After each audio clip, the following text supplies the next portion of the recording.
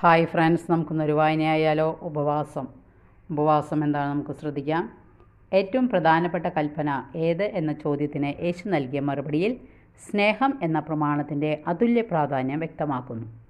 അടുത്തു വസിക്കാനുള്ള അവസരമാണ് ഉപവാസം. അതിന് ഏതാനും ചടങ്ങുകൾ മാത്രമായി വെട്ടിച്ചുരുക്കരുത്. ഭക്ഷണം ത്യജിക്കുന്നതിനെയാണല്ലോ സാധാരണ ഉപവാസം എന്ന വാക്കുകൊണ്ട് മനസ്സിലാക്കുക. അത് ഒരു നേരത്തെ ഭക്ഷണം ഉപേക്ഷിക്കുന്നതാവാം, ഒരു ദിവസം മുഴുവനോ അനേക ദിവസങ്ങളോ ആകാം. ഇതെല്ലാം അടയാളങ്ങളാണ്, യഥാർത്ഥ ഉപവാസത്തിന് സഹായകമാകാം. എന്നാൽ ദൈവത്തോടും സഹജീവികളോടും സൃഷ്ടപ്രപഞ്ചത്തോടും എന്നോട് തന്നെയും അടുത്ത് വസിക്കുന്നതാണ് ഉപവാസം. അതാണ് യഥാർത്ഥ സന്തോഷത്തിനും സമാധാനത്തിനും നിദാനം. എല്ലാവരെയും സ്നേഹിതരും സഹോദരങ്ങളുമായി പരിഗണിച്ച് സ്വീകരിക്കാൻ ഉപവാസം നമ്മെ അനുസ്മരിപ്പിക്കുന്നു. വായന ഇഷ്ടപ്പെട്ടെങ്കിൽ ലൈക്ക് ചെയ്യുക. Okay, thank you, by.